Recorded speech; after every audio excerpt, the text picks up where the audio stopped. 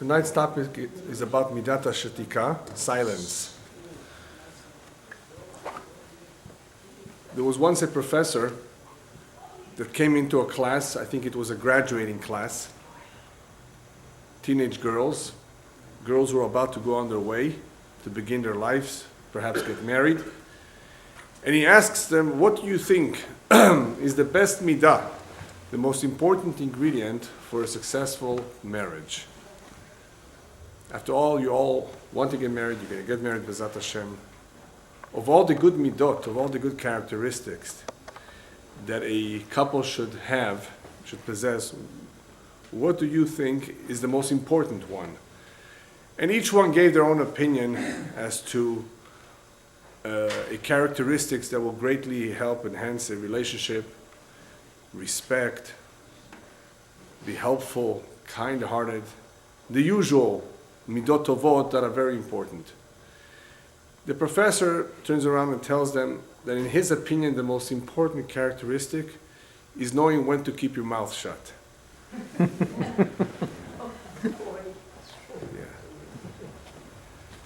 Now, even though he made a very interesting comment, a very valid point, he's not completely right.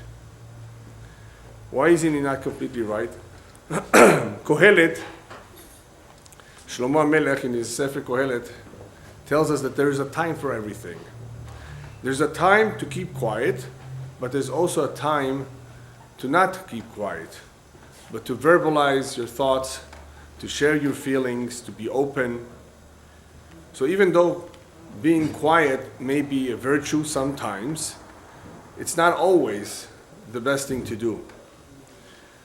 And from my experience, if you keep quiet too long, the women get upset. Why don't you say something? So it's not necessarily always going to help you to be quiet. But it is true, to an extent he's right, that it will be very helpful under the right circumstances as the wisest response or lack of response to any given situation. The Torah Kedosha tells us in the very, very beginning of creation, when Hashem made the human being, that in one of the most important differences that the human being has, that the animals don't have, is Vayi Adam leNefesh Chaya. The man became a living spirit. And the Onkelos explains it in more detail. He's more specific. What does it mean, a living spirit? That HaKadosh Baruch Hu endowed him with a ruach memalela.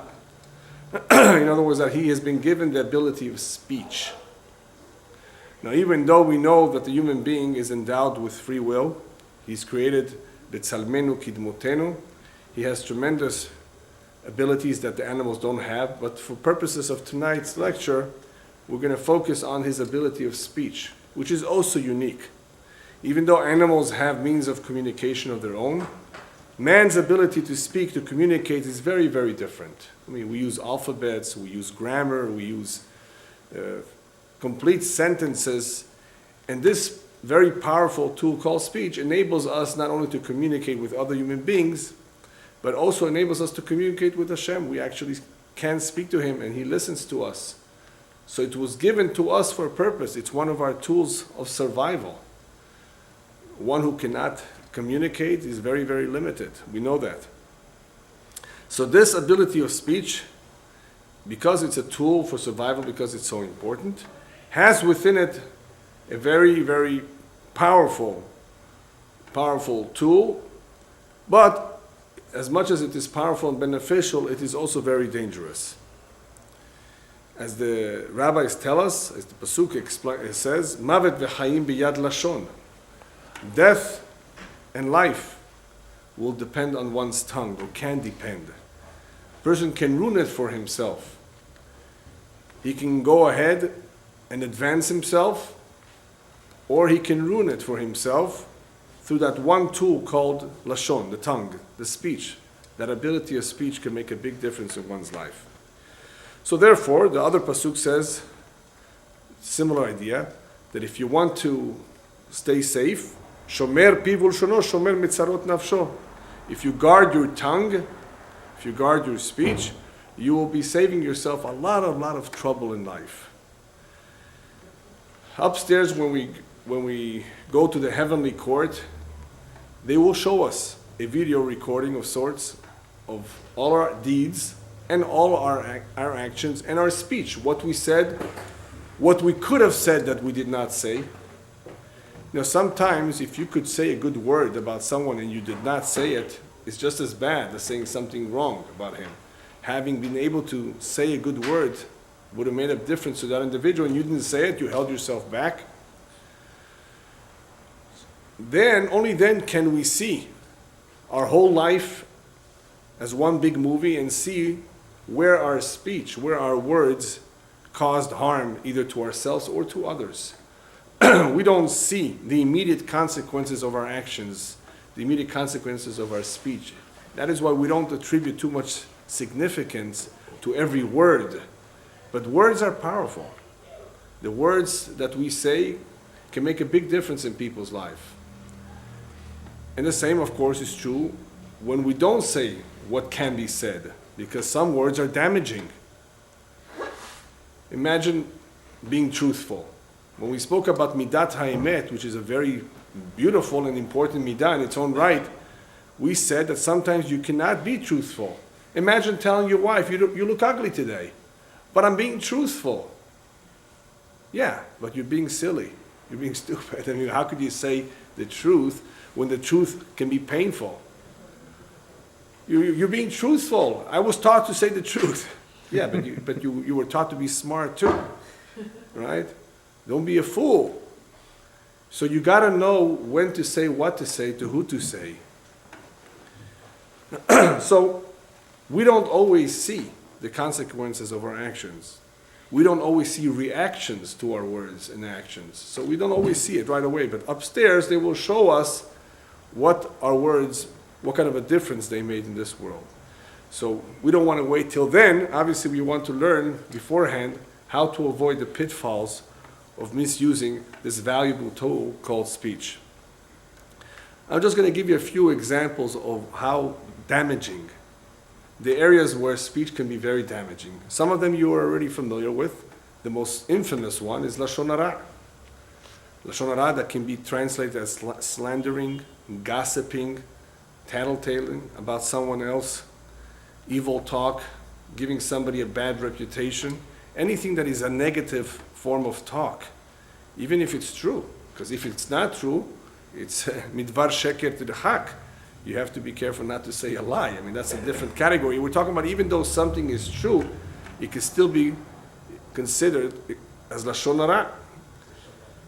And this Lashon Hara, evil talk, or gossip, or slander, as it is called in English, is a very serious avon, very serious offense, a very terrible sin, for which the consequences are incredible.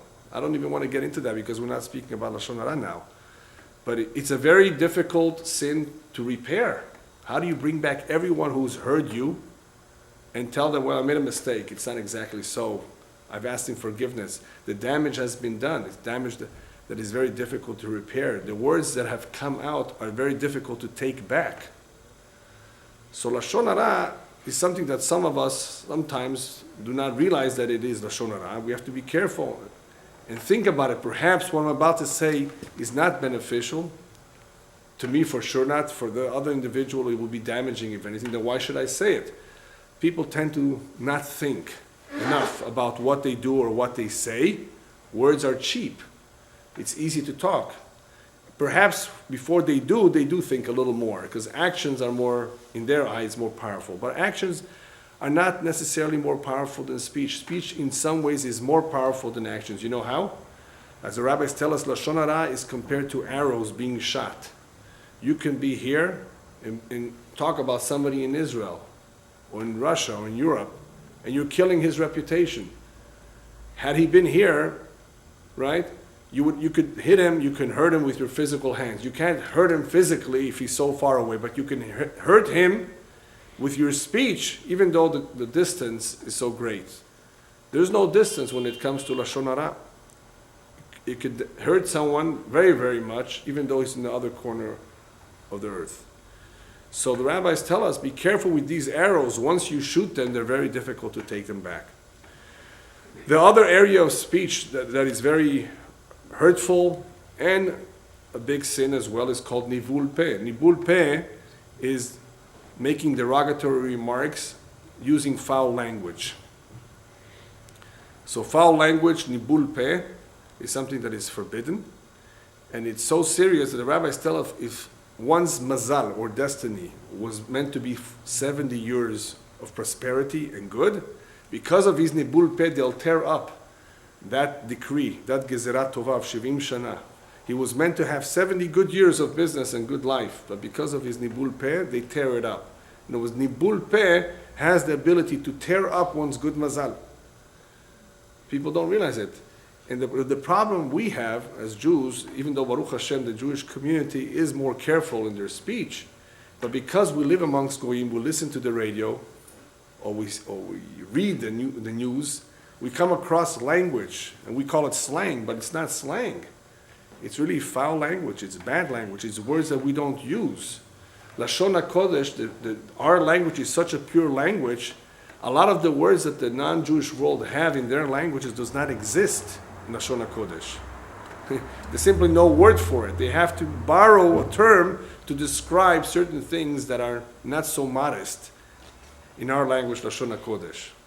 There's no exact word for it. For those of you who remember the 60s or the 70s, and you compare them to today, I mean, the language being used by newscasts, by the people, is totally different. It's much lower. It's so low today compared to what back then they would not dare use certain words in the news that they use today in the newspapers and the news. So you see the level to which the Goyim don't have a problem with. Sometimes if you're hearing a reporter that recorded somebody else, and he wants to be nice and gentleman, then as soon as if his recording contains some foul language, you'll hear a beep. You know, they didn't want you to hear the bad expression that this other individual said. So instead, they put a beep, so you shouldn't hear it. But sometimes they skip the beeps, and you hear exactly the way they're talking. Go to the average, I don't know, you shouldn't go to a bar, but if you go to where they meet, where the Goyim meet, whether it's a bowling alley, and the guy missed, what do you think he's going to say after he missed? I don't even want to repeat it. You know what I mean, right? The expression of missing or not being successful is immediately accompanied with, I think they call it in English, an expletive. Yes, David? Expletive. Expletive? Okay, thank you. Expletive. We know what I mean. We don't have that, Baruch Hashem. But unfortunately, the Jews that deal with these kind of people, it could easily assimilate or adapt that kind of language too. That's called nibul peh. So nibul peh is obviously something that you want to be careful with. The third kind of speech that can be very damaging is called ona'at devarim. Ona'at devarim is mentioned in the Torah as a transgression. Lo leonot. Ona'ah, there's two kinds of ona'ah. One is to cheat monetarily, to overcharge, for example, for a product. The other kind of ona'ah is to abuse somebody with speech, to make fun of him, to cause him pain by calling him all kinds of names, by reminding him of his past. Let's say somebody's a Baal Teshuvah, he's repented, he's changed. Let's say somebody converted to Judaism, and you talk about his past. I remember you once sat in prison, right, for doing drugs or for whatever. That's ona'at devarim. You're not allowed to remind somebody his past if he's no longer the same individual. You're causing him pain through words. Al tonu. In other words, be careful not to abuse anyone with your words. That's another form of speech that can be very damaging. Another form of speech that unfortunately is common is hanufa, or flattery. And there's different words for it in the English slang of how to get somebody to do something for you, or how to be on his good side by doing certain things, by flattering him. Flattering is actually the better word, so I'm not going to use the colloquial terms for it. So flattering is asur. Now what's wrong with flattering? Flattering, first of all, is sheker. It's a lie. And second of all, it's also sometimes mahzik bidei over avera. If somebody's doing the wrong thing and you say you're a good guy, kol hakavod lecha, you're fine, then ata mahzik bidei over avera, you are actually encouraging and supporting somebody who's doing the right thing. That's a good way of, imagine somebody telling him, oh, that's a good trick. He tricked somebody, or he tricked the authorities, or he did something against the law. Oh, that was a smart loophole you found, or whatever it is. You're encouraging him to continue to do that if it's wrong. It's wrong. You got to stop it. So hanufa, flattery, can be dangerous. It's also a lie. It's a form of lying because you don't really approve of him. You don't really like him that much. You're just telling him so. For some reason, you want to be on his good side. Another form of prohibited speech is gnevat dat. Gnevat dat is, let's say you come into a store and you take the man's time, the seller. How much is this? How much is that? How much is this? How much is that? You get into a whole conversation about his products, and after a half an hour, you leave. You never intended to buy anything. The guy really thought that you were going to buy. That's why he put in he put in his best. He put in his time and effort to explain everything. But you led him to believe. You led him on that you are going to buy something. So you are cheating him with your speech. You are misleading him with your speech. That's called gnevat dat. That's also sheker, and it's painful, causing pain. It's in a form of abuse. All of this is a form of speech that can be very painful. Then we have letzanut, which we spoke about by itself, a whole lecture about mockery and scorn, and people who just belittle either passages of the Torah, what the rabbis say, or belittle other people. Letzanut, as it is called in Hebrew, is one of the most difficult midot to repair. A person who is a mocker or a scoffer doesn't see the damage that he's causing. One of the damages that he causes when dealing with Torah is he cools people off. That is why on Pesach, you don't want to have a heretic, one who does not believe in the Torah, at your table, at your seder. Imagine him telling your son, you believe this stuff? Here your dad, the father, is using the Pesach Seder as the opportune time to convey, to give over the chinuch, the masorah, the tradition of our forefathers, the miracles that happen, everything. The Seder night is a very powerful night. It's supposed to be. If it's done right, tremendous amount of emunah in retelling the miracles. The whole history of the Jewish people, that's what you see in the Haggadah. It comes along this guy and says, this is Baba Maises, as we say in Yiddish. This is Shtuyot. Chaz v'shalom, you don't want to have anybody that's going to cool you off or cool off the kids. You can invite him for dinner some other night of the year if you want to do him a favor and have him over. Don't do yourself the favor of having this guy over the Seder night. It's a contradiction. The Torah says so. The Torah says so that when it comes to the Korban Pesach, v'chol ben nechar lo yochal bo. Anybody who converted to another religion, ben nechar, cannot eat the Korban Pesach. The Korban Pesach is what we're celebrating very soon, B'ezrat Hashem, when Mashiach comes again, right? It's a miraculous event.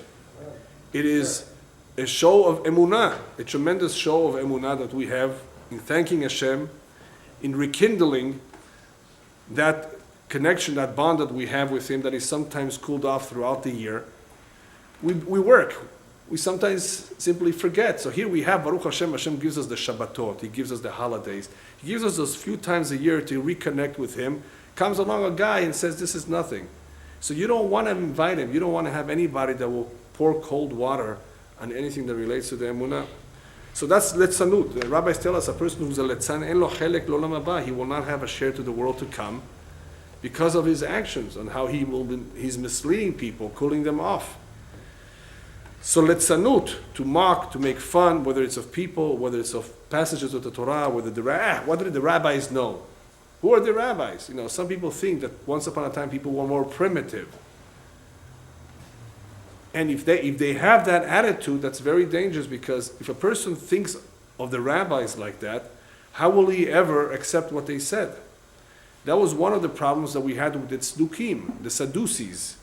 The Sadducees, for political reasons, did not agree or go along with what the rabbi said. We will believe what the Torah says, the oral word, right? The written word, but not the oral word, not what the rabbis received by tradition. Who are they? Where does it say so? Who are they to interpret? So there was a little bit of a conflict between the various groups. There always was problems of egos, always problems of jealousy. These things always existed. So when people politicize the Torah, it becomes a problem. This is the word of Hashem. And if in any way you break down the tradition, the way it was received, it's dangerous. There is the danger of Chas v'Shalom losing it completely. But that's what happened with those who had letzanut. Letzanut meaning that they made fun, they were not tmimim, they were not sincere in their emunah, they did not take things at face value, they questioned things too much. And when you begin to question things too much, and you don't have that emunah temimah, pure emunah, it begins to be a problem. But don't misunderstand me. It's okay for the Jew to question certain things, as long as he's really sincere in finding out an answer, an explanation. It's okay to question, but the attitude, the approach has to be right. If the approach and attitude is, I'm going to get him, I'm going to show him he doesn't know what he's talking about, then of course you're never going to be able to figure out the truth, because you're beginning with the assumption that the other person is wrong. If you have an open mind, anybody who has an open mind can eventually figure out what the emet is. Some scientists don't have an open mind. They've already made up their mind, what they want to believe. So everything else is therefore letzanut. Everything else is discounted. It does not have credibility. They've already made up their mind. Now these are intelligent people, but the problem is that they're biased, which is a separate problem. Man is not always objective. Part of being objective means to accept everybody, accept the Torah the way it is, and remind yourself that the Torah, or the rabbis who brought us the Torah, who taught us the Torah, know better than us. And if something is not understood, it's not because he did not explain it well. Perhaps I just don't understand it. Perhaps I'm at fault, not him. That's a completely different way of looking at things. Blame yourself, don't blame someone else. So that's why this particular midah of scorn, of derision, of looking down at passages of the Torah, the Talmud, the Kabbalah, or of people, is very dangerous, not only to the individual himself, but to others who may be exposed to him. Another form of speech that is also damaging, but not as much, in different ways, called dvarim betelim. Dvarim betelim means words that are just empty. Empty words, words that don't have anything to do with anything. Now, some dvarim betelim are okay. What's dvarim betelim that are okay, permissible? For example, how much did this house cost you to build? That's okay. You want to know. You're going to build something. You're going to remodel your kitchen. It's dvarim betelim, but it has a purpose. You want to do it for yourself. You want to do it for someone else. It's dvarim betelim. It's nothing about Torah. It's nothing about tefillah. It's not about mitzvot. It's not about good deeds. But it's useful because that's the way the world operates. That there are times that we have to talk about travel, leisure, business. It's still called dvarim betelim in comparison. In comparison with the Torah and the mitzvot and the tachlit and the ultimate purpose of life, that's secondary. It's not as important, and it's permissible. The problem begins when it's overdone. That's when the problem begins, when there's too much devarim betelim and very little tehillim, prayer, Torah. So when our speech is mostly focused on dvarim betelim, so the dvarim betelim becomes exaggerated, occupies most of our day in our life, and then, of course, most of our speech, our beautiful speech, is going towards nonsense, things that have no real use. One kind of dvarim betelim that we have to be worried about for men is not to talk too long with women. A man speaking to a woman for an extended period of time could be an issue. Now, I don't mean Chas v'Shalom here to be in any way disrespectful of women, Chas v'Shalom, but you have to understand what the rabbis had in mind when they said too much talk, al tarbeh siha im ha'isha, what was meant by that. The nature of speech for men and women is different. Women like to talk about certain things and men like to talk about other things. That's just the nature of things. So therefore, there's not always too much common ground about what they're going to talk. And when they do talk, the rabbis recommend it should be about the right things, about things that they do have in common, how to raise the children, or how to perform a certain mitzvah, what is the halacha, because that's ultimately purposeful. Otherwise, the things that interest either of them is going to be very, very different. And there's no reason for them to get involved in each other's interest because it's just something that does not relate to them. What is important to the man will not interest the woman so much. What's important to the woman should not really interest too much the man either. Because too much talk eventually leads to lightheadedness, as the rabbis tell us, kalut da'at, and the lightheadedness can lead to sin. And one kind of sin is simply that an over exaggeration of dvarim betelim, of talking too much nonsense, too many things that have no use and serve no purpose, and that is robbing you away of the time that you could be learning Torah. You could be reading a book, reading a good book about the parasha, about the midrash. A good story, that is much more valuable than some conversation about, what is going on with the neighbor. She burnt her cake today. She was making a cake for the first time, and she burnt the cake. Who wants to hear about that? First of all, it's not so nice. You have to be very careful, by the way, if you're married, what you tell your wife. Imagine you're coming home, and you're telling your wife that you had a very bad day. What was so bad? That's okay. But what was so bad? My boss gave me a hard time, and he said this to me. You know what? If the wife is not such a smart woman, she might say, "Ata batlan, you're silly. You're so I don't know how would you say batlan in English. You're so ignorant, huh? You're so ignorant. You're so not smart. You should have given it to him back. You should have called the police on him, or you should have done that." Lazy? What is that? Lazy? No. Anyway, regardless. She could start calling her husband names. Shlumil, that one you know, right? You're a shlumil, you're a shlumazel, you're this and you're that. All of a sudden, that man loses kavod in the eyes of his wife. This man is losing kavod, respect, in the eyes of his wife. You fool. You ruined it for yourself. You told the wife everything that happened. What do you think she's going to think of you now? So you have to be very careful what you say. Because that's the impression she's going to have of you. And it's the other way around too. Right? You have to be extremely careful because fights... Here, another example. This unfortunately happens too much. Husband tells his wife there's some problem with his brother. That problem of the brother is eventually going to snowball and become a big problem in the family. She's going to fight with his mother, then with his sister-in-law, with who knows what. These things get out of hand all the time.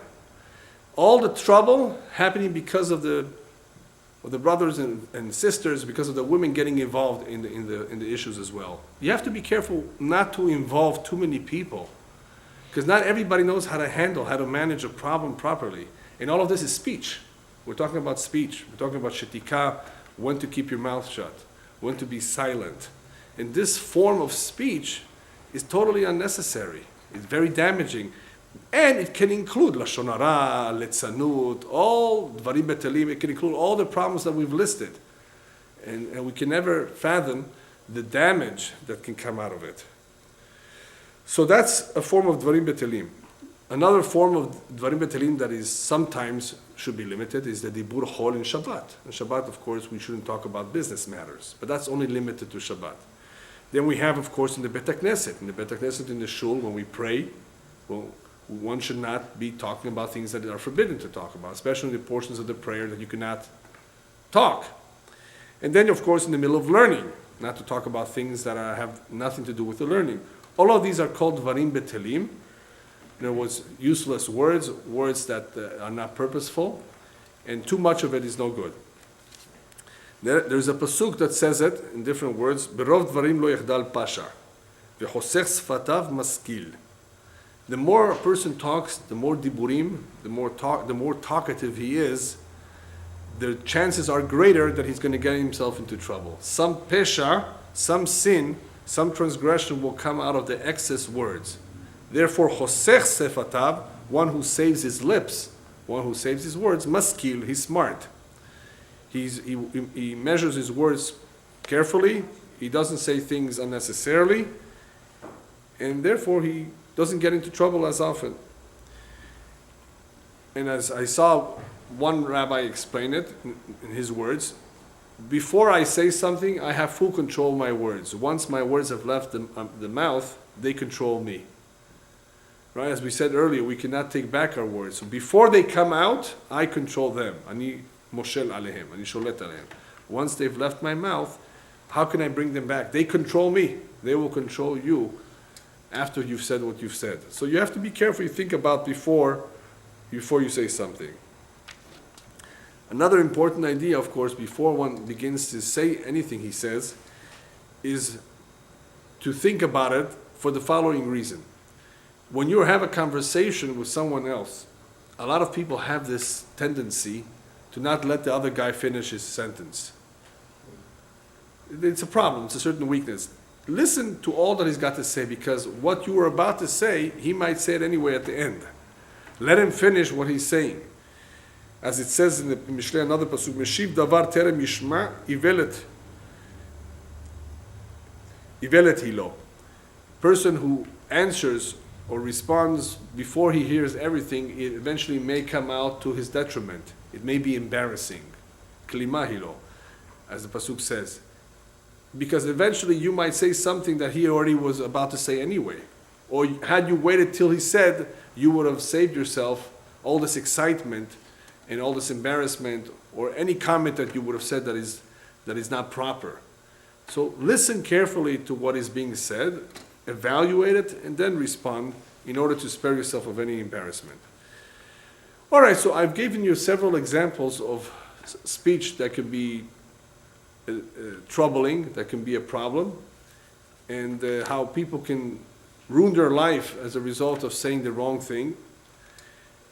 Because of all of this, the Chachamim say it in very few words. The Chachamim tell us that in all their life experiences of dealing with people in various situations, one of the most important Midot characteristics that they have found that has been the most helpful to them is Shittaka. Lo matzati laguf tov ela Shittaka.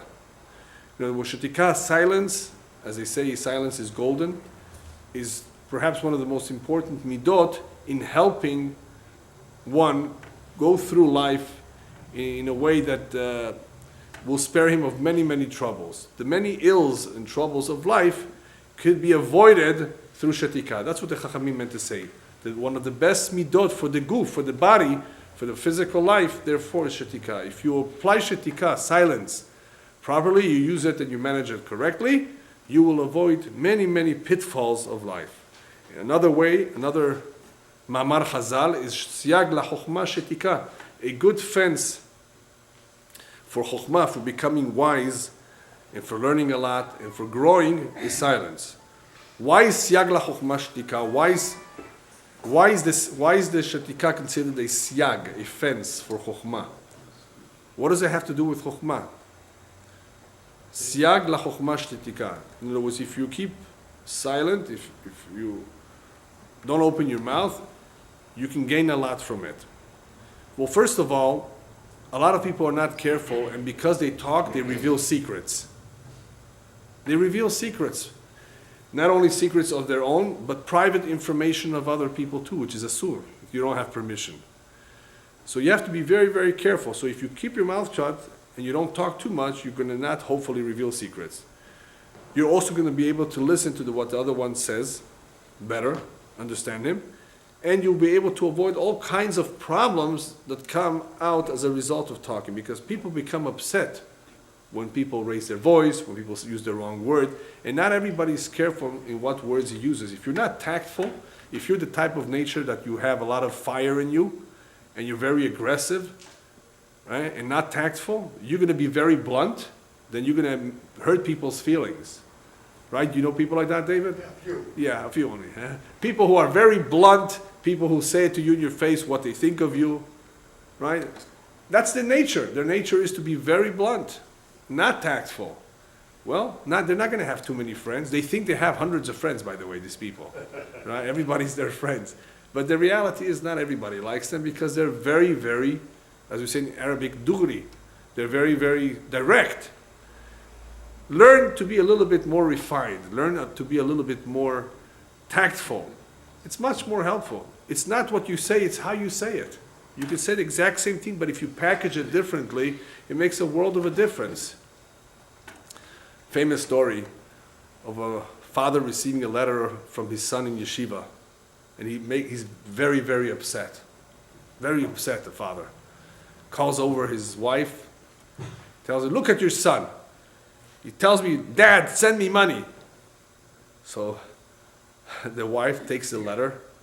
She says, no, you have it all wrong. Look how sweet he is. He says, Dad, comma, send me money. She just, she added the comma, she changed the tone. It sounded completely different, right?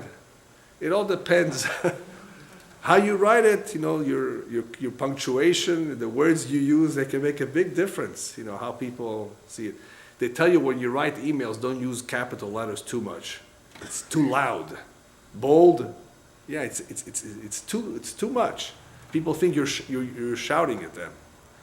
Yeah, that's how it comes across sometimes. All of these things make a difference.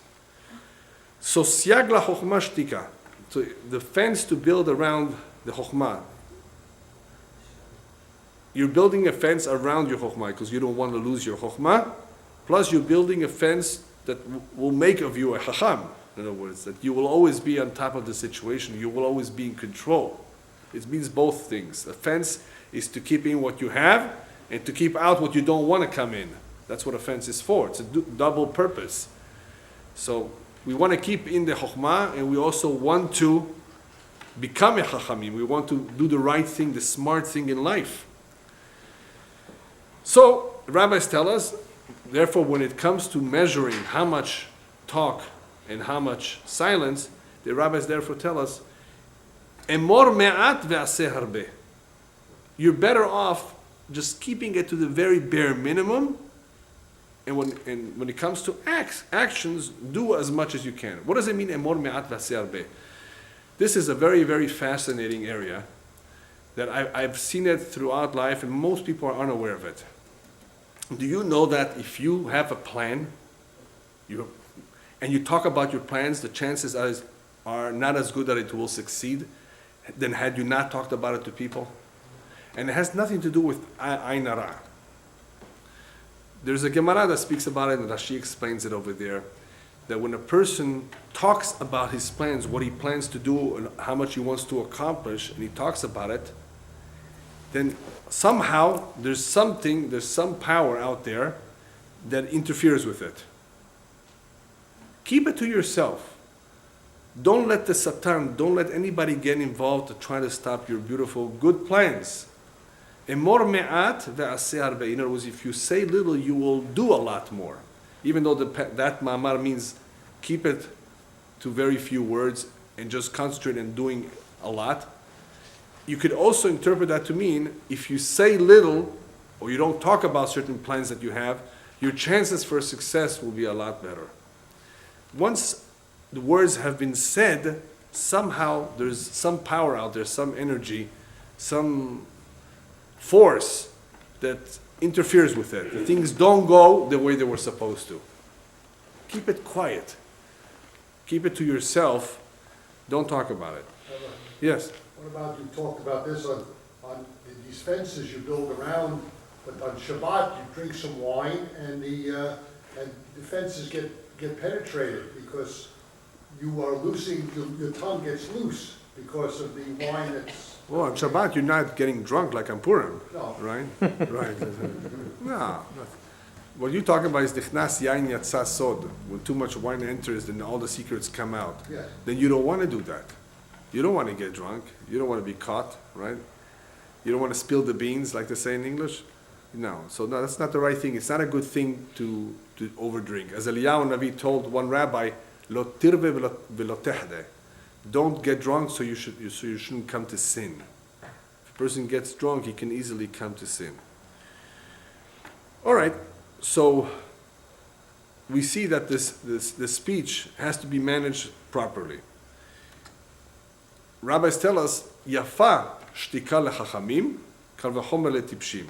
This speech that we're talking about managing it properly, not overdoing it, using it for the right things, this is good for the chachamim. The shtika, in other words, when to keep silent, is something very valuable for chachamim. But if it's good for the chachamim, kal v'chomer letipshim, the more so for the fools. People who are not smart, they better learn to keep their mouth shut. If for chachamim, what we just said is right for chachamim, the more so for tipshim. As the pasuk says in Mishlei, "Ufi evil mechitalo," the peh, the mouth of the evil, of the fool, is his downfall. What do you mean it's his downfall? Because as long as he keeps his mouth shut, people think he's smart. As soon as he opens up his mouth, they see he's a fool. And he's a senator too, by the way. Yeah. Somehow, they could be senators, they could be sitting in the Knesset, they could be dressed well. You never know. Just listen to, as soon as he opens up his mouth, then you know who you've elected. Yeah. You don't know these things. So that's what the rabbis tell us, that the fool is better off keeping his mouth shut, because he might look like a smart guy. I mean, he also has a suit and a tie. How do you tell the difference? You tell the difference as soon as he opens up his mouth. The mouth of the fool is a mechitalo. That is what will bring his downfall. That is what will tell people the truth about him. Or as the other pasuk says, Gam evil macharish, chacham yechashev. Evil macharish, when he keeps his mouth shut, people think he's a chacham. It's all on the surface, but it's not so. Very important also to be careful not to associate with big talkers. People who are big talkers is a problem, because these talkers, if you tell them something, they're going to tell somebody else. And even if you tell them, don't tell anybody, they're still going to say it, because that's their nature, to be a big talker. And another pasuk in Mishlei, "Ulefotes sefatav lo tit'arav." Don't get involved with somebody who's potes sefatav. Potes sefatav means that he's always talking, he's always opening his mouth. He has a big mouth, as they say in English. He will reveal private information. And you might get carried away. You may say things assuming that he's your friend, he will not tell anybody. As the pasuk says, "Ve'of hashamayim yolich takol." The birds in the sky will take the words with them. The words will travel. Or as they say, walls have ears, right? All of this is because there are people out there who talk too much. And so you don't want to befriend somebody like that too much, because whatever you're going to tell him, you can rest assured it's going to go out. It's not a good idea to talk too much with people who are big talkers. By the way, as I said earlier, if you do know private information of somebody, you're not allowed to reveal it. Right? Goles sod olech rachil. The pasuk says, whoever reveals secrets, private information, is like he's a rachil, rechilut. It's like he's giving over information that is private to somebody else, sensitive information. It's a form of rechilut, of Lashon hara, even though it's not ra, it's not bad, but it's rechilut. One does not have the permission to divulge that which which may be private to others. So far we've covered an overview of the powerful tool called speech, and how much importance the Chachamim put to managing that speech properly, and that sometimes it's better to keep quiet, be silent. The question is, as I always leave to the end, is how to familiarize ourselves, how to train ourselves with this midah, how to manage it properly, what are the proper guides for when to use it and when not to use it. This is of course something that one needs to learn. I cannot give over everything right now, but I'm going to give some guidelines as to what we should keep in mind. First of all, the rabbis tell us, מה אומנותו של האדם בעולם הזה? What is his profession? What should be his profession in this world? יעשה את עצמו אילם. He should make himself mute. And whenever you read this Gemara, you're puzzled. What kind of a profession is that? What did they mean by that? Man's profession in this world, יעשה את עצמו אילם, make yourself mute. Perhaps the best, even though the rabbis there learn it out from a pasuk, I think what they were trying to say is that if you're ever in doubt if to say something, don't say it. If you're ever in doubt, in other words, always be on the safe side. If you're ever in doubt if something should be said or not, you have a doubt about it, then don't say it. Yaseh tatzmo ilem. You're better off, if you ever have any doubt, better off being mute. Hold yourself back from saying anything. And they go on and explaining as follows. The reason for that is because one of the gdarim for Yirat Shamayim, for somebody to be truly have the fear of heaven on him, is Shittaka. How is that? Because in order to become Yireh Shamayim, one of the first midot that you have to travel through is midat az-zehirut. If you look at Sefer Mesilat Yesharim, you'll find that the first step is be careful.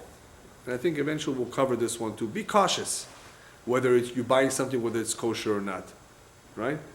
Saying something, whether it's kosher or not. Zehirut. So the rabbis tell us that therefore Shittaka is a necessity in building up Yirat Shamayim, the fear of heaven. So because it's a necessity, we can understand how the rabbis are putting an emphasis on Yaseh atzmo ilem. Make yourself mute if you have any doubts, because if this is a necessity, you have to watch your words so carefully, then obviously, you should do your best in not just misusing your words in a way that is not correct. Also, they tell us about another idea, that if you want to have proper kavanah in the tefillah, kavanah is something that sometimes we don't have very well.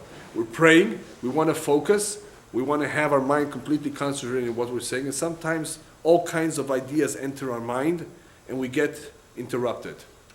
It's very difficult to have proper kavanah in tefillah. Besides understanding the text that you're saying, there's all kinds of disturbances, and there's thoughts that we have in our memory banks. So the rabbis tell us, in order to have stronger kavanah, you want to make sure that you remove any dvarim betelim from your heart. In other words, the reason why sometimes we don't have proper kavanah is because the heart is not pure. The heart has all kinds of thoughts and from the past, of dvarim betelim, of all kinds of nonsense and shtuyot. So when the mind and the heart is crowded with all of these ideas and plans and all kinds of balagan, confusion in his mind, even though he's trying to pray now, the prayer will not have the proper kavanah. So a takana gedolah, I think as the Sefer Orchot Tzadikim says, a takana gedolah for kavanah in tefillah is to keep quiet as much as possible. Because when you keep quiet, you'll have less confusion. In other words, that silence that one gets used to will help him in his kavanah. It will help drive away any bad thoughts, or at least will stop them in their place. And that is why, in the end, the rabbis tell us in Aramaic a famous saying that sama de kula mashtuka, the best remedy that exists for anything, for Yirat Shamayim, for all sorts of things, is mashtuka, silence. Because silence ultimately will help refine the individual in many ways. In some of the ways we'll talk about next. One of the ways we just saw, the kavanah, the Yirat Shamayim, but in additional ways, this midah will help him in other areas as well. We spoke about it in the past, how there are certain midot you cannot fight. Weaknesses that you cannot fight up front. You have to go through the back door and introduce other midot to be able to do battle with this midah. Whether it's stubbornness, whether it's lying, difficult midot that sometimes it's just hard to do battle with them. You have to go from behind the scenes and introduce additional midot. The introduction of good midot will neutralize the negative ones. So this one too, sama de kula mashtuka, what was meant is that if you introduce silence, if you train yourself to keep quiet, to measure your words, and to not be as talkative, especially about nonsense, then hopefully this midah will refine the individual in many ways. So the following are some guidelines in helping us maintain a certain degree of silence and a certain degree of control over what we say. The first one is very powerful, but very difficult. And that is, get used to when somebody insults you, you don't answer back. You know, the normal reaction is always to say something, either to justify yourself, to defend yourself, or whatever, or to yell back, and or to say terrible things in return for that elbon, for that insult. In order to be strong in this area, you know what it's required? Anybody know? You know, I'm just telling you, keep quiet. But how do you just keep quiet? What's required to keep quiet in such a situation when somebody just insulted you? Anybody want to guess? What could help? Stepping out of yourself. What's that? Stepping out of yourself. Yeah, but how are you going to convince yourself that it's okay that he said what he said? I'm just going to keep my mouth shut. Coming from It's God. not right. Emunah. If my ears had to hear what I just heard, that means he allowed it for it to happen. That's what David HaMelech says. Yes. Elokim omer lo kalel. The story with Shimi ben Gera, the incident. If you heard something that is not so nice, you had to hear it. If you saw something, you had to see it. Things that, of course, that you had some control. You're not supposed to see certain things, of course, but something that just came your way, and just you couldn't help it. So if a person's emunah is strong, this is kapara. Maybe this is an atonement. Maybe I had to hear it. Maybe I will learn something from this. Don't react. There's no reason to react. It was meant to be. So this is a big ma'ala. It's a very big ma'ala. It's a virtue for people not to respond to every insult. And it's a very good step towards becoming strong in the area of Shittaka. The second one is Vayidom Aharon. Remember the story with Aaron? He hears that his two sons died. That's very painful. When terrible things happen to you and you maintain your composure, Vayidom Aharon, you say Gamzu Letova, similar to the other one, and you don't say, why me? People talk like that. Then that's an additional tool in helping one, become stronger in this midata shetika, to control the words that he's going to say. Imagine somebody telling his wife, it's all your fault. What do you mean it's all her fault? It's your fault. It's nobody's fault. Right? People like to blame, accuse. Shh. Just don't say anything. Gamzu letova, kapara, it's all min hashamayim. We'll deal with it as best as we can. Let's go on. Life goes on. Be very careful with your attitude. Have a positive attitude, because all these words are painful, are damaging. And if it's husband and wife, they leave scars. And scars that are not healed, they remain very deep scars. You go to a marriage counselor 10 years down the road and they can't help you. You've lost feelings for each other because of words that have been said. You never raised a hand against her. Chaz v'shalom. She never raised a hand against you. But words were exchanged. And words are painful. And how are you going to take it back? They cause scars, deep wounds. They never healed. No marriage counselor in the world can help you then. Only you yourself could still help yourself if you tell yourself, well, let's start from scratch. Let's go back and have a honeymoon again. That's possible, but most people don't make that U-turn. Not after 20 years? Nah. They want to try it with somebody else now. So, why? You don't have to. If you really, really did proper teshuvah and corrected your mistakes, you can make that U-turn, sure. But it's hard because words have been exchanged. It's painful. She or he, denigrated the other, looked down at them, said things. Look, it's hard. It will take, I can imagine one husband saying, she's going to have to come crawling on her knees. I can imagine somebody saying that, for it to change. The question is, should she do it? Well, if she really, really meant to make shalom with him, then maybe she should do it. What's the difference? What's the big deal? Shame yourself for a few seconds, but get the job done. If you really want shalom, it's okay. It's okay to lose a little bit your kavod and do the more important thing of having shalom. But for people, most human beings, that is very difficult to do. I should stoop, I should go down to this level and do that, what he's asking of me, just because he's demanding that of me? Yeah, but this is what it will take. Do you value the shalom more, or do you value your kavod more? So it's not easy.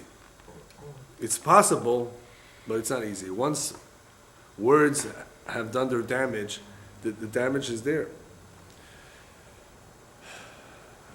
Another kind of Shittaka is when a person is in a shiur, in a class, you want to learn. A lot of people talk, they never hear, and they lose out what is being said. So that's another form of Shittaka that can be very helpful when a person is listening and writing down notes, perhaps, questions to be asked later, so he can grasp or capture, absorb as much as possible. Another form of Shittaka is, as we said earlier, is to listen very well to what is being said so you can think what to say before you say what we say. And that is the meaning of the pasuk, Kesef, nivhar Lashon Sadiq. The Sadiq speech is like pure silver. He weighs his words, he measures them, he chooses them carefully before he says what he says. The question is what to do when somebody confronts you who's very obnoxious, an annoying person.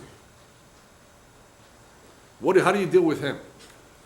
So Mislead has two pesukim that are exact opposite of each other. One says, Al tan Silky valto. Don't answer him in kind. Don't be like him. He wants you to answer him. No, don't answer him.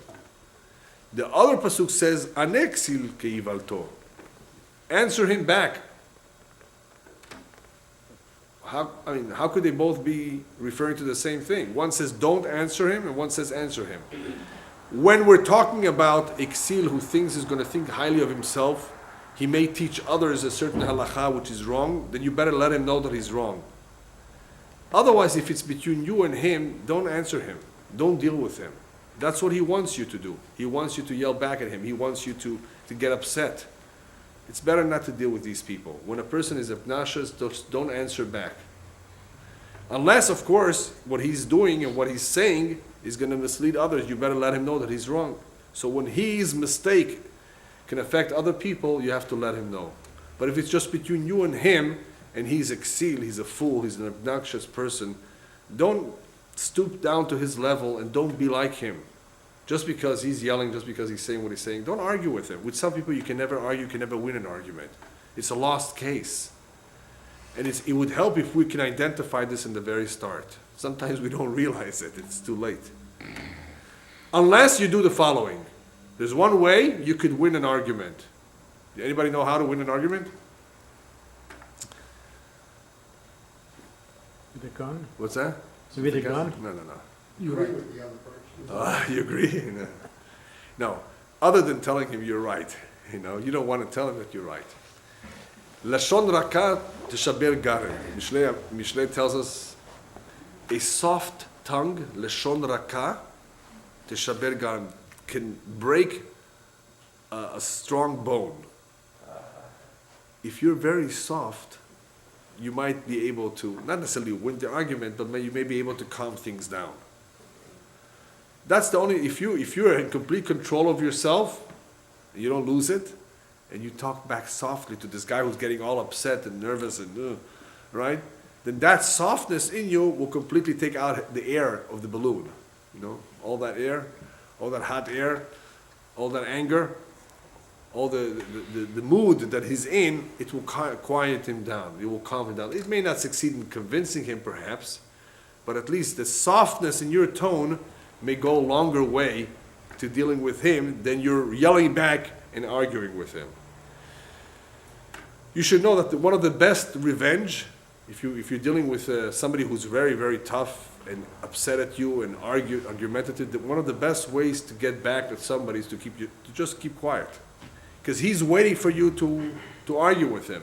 A lot of people are just waiting to have a good fight. The best revenge is to keep quiet. If you don't say anything, he feels worse. He feels upset that you didn't say anything. So sometimes that's the best tool.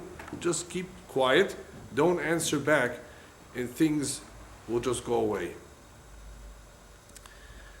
Before I finish, I want to just add another point here. Keep in mind that in everyone's home from time to time there's arguments. There are discussions that are very heated. If you want to have complete control over the situation, somebody needs to be calm in the house. The people who are heated and upset are not going to be able to diffuse it. So if it's the wife and the kids, or the kids between themselves, then you got to do something to diffuse it. You have to be calm yourself. If you're going to get upset as well, then it's going to become a big balagan. It's going to get worse. It's not going to be very nice. It's going to be nasty. Or husband and wife too. If they're both going to be upset, it's not nice. It really gets nasty. One of the two hopefully will be a little calmer. And if one is calmer, then either he will step away as to not get into the situation, or if he's smarter than that, he will say the right things that the other side needs to hear. But in order to say the smart thing, you really have to be calm yourself. If you're not calm, it's like you're drunk. You're going to say the wrong thing. If you're upset, you're going to blow it away. You're going to mess it up. If you want to say the right thing, be calm. Think about it and then say it. As I told you once a story with a rabbi who used to come home and his wife always used to tell him the bad news. This child misbehaved, this child is that. Today, he broke a crystal. He would always wait one day before he would approach a child and rebuke him. He wanted to make sure that the rebuke is done when he's calm, not when he's upset. So you want to stay calm. The most difficult battle, of course, of all is the battle with the Yetzer Hara. That's the biggest battle. And I'll share with you the following story. You'll understand why. It's a famous story that happened around the time of Sukkot. There was a rabbi who was very, very poor. He didn't have anything for the holiday, barely any food for the holiday for our upcoming Sukkot. But he was very excited about buying an etrog. An etrog meant everything to him. But how do you buy an etrog if you have no money? He found somebody to buy a pair of tefillin that he had from his great-great-great-grandfather, a very precious pair of tefillin that he never sold for any money in the world. All of a sudden, he was willing to sell it to buy the etrog. And he made a deal, and he was so happy. He got himself a beautiful etrog. He comes home, and his wife sees he's happy. What is you happy? Did you bring halot? Did you bring wine? He says, no, I bought myself a beautiful etrog. He says, how did you get the money to buy an etrog? Wait a minute, don't tell me, I know. You probably sold those tefillin that you never agreed to sell for an etrog, right? He says, yes, I did so. Baruch Hashem. Can I see your etrog? He says, yeah, sure, look, see how beautiful it is? She took the etrog from the rabbi's hands, and she bit off the pitom. You know what that does to the etrog, right? Pasul. Makes it pasul. Another version of the story is that she threw it on the floor and it broke. Either way, it was pasul. What did the rabbi do? How would he react? How do you think he reacted? How would you react? He says to himself, I have no tefillin, now I have no etrog, but I'm not going to lose my shlom bayit. I may not have the tefillin, I may not have the etrog, but I'm not going to lose my shlom bayit, the piece of at home. And he didn't answer back, didn't yell back, accepted it, and just went on with the holiday. That night he had a dream. His father, who was already in the upper worlds, came to him in a dream and tells him, my son, you should know the first mitzvah that you did, to give away your precious tefillin, to buy an etrog, it made a big impression upstairs. It's a big mitzvah. What self-sacrifice. Incredible. But you should know the second mitzvah that you did, that you held back your anger, and that you did not react to your wife's throwing away the etrog, that was even a more powerful mitzvah upstairs. That made even a greater impression upstairs. That was incredible. Even the Yetzer Hara, the Satan, was completely dumbfounded. He said he couldn't believe it, that somebody would not even say a word. Just lost everything. sometimes people get angry, they do things in their anger, but this Rabbi Baruch Hashem understood the value of Shittaka, of keeping quiet in the most difficult times of all, when somebody makes you upset. That is the meaning of what the rabbis tell us, Tole Eretz al Belima, that the world survives because of these kind of people. Al bi mishe bolem et atzmo be'et meriva. Bolem piv, in other words, he knows how to keep his mouth shut at the time of fights, of arguments. It's a tremendous big zechut, it's a tremendous big ma'ala, to control yourself, to be quiet, to just stay calm and not answer back, not yell back, and definitely not say terrible words that are prohibited. But this takes a tremendous amount of training that involves emunah. Emunah is definitely going to be part of it. A person has to understand how much damage words can do and how everything is recorded upstairs, everything he says. If a person is continuously aware of these things, then obviously it will help him a great deal. There was another incident of somebody once came to an achsanya, came to an inn where Jews were getting together to sleep over, and they asked to be fed dinner. And they went over to the owner and they said, is this kosher, is this kosher, is this kosher, is this kosher? Did you take off halal from this? Did you take truma maaseh from this? They were so careful with the dietary laws. Is this kosher, 100%? You know what he told them? I want to tell you something very important, he says. You are so careful with what enters your mouth, may you be just as careful, if not more, with what comes out of your mouth. That is much more important, you should know. We are all very careful, Baruch Hashem, with what goes into our mouth. Let us be as careful, if not more, with what exits our mouth. That's much more important. People don't think of it that way. Oh, kosher, it has to be kosher 100%. Halabi Israel, Yashan, all these things that people are careful for what enters their mouth. Remember, it is more important to be careful with what exits our mouth. Thank you. How's that work?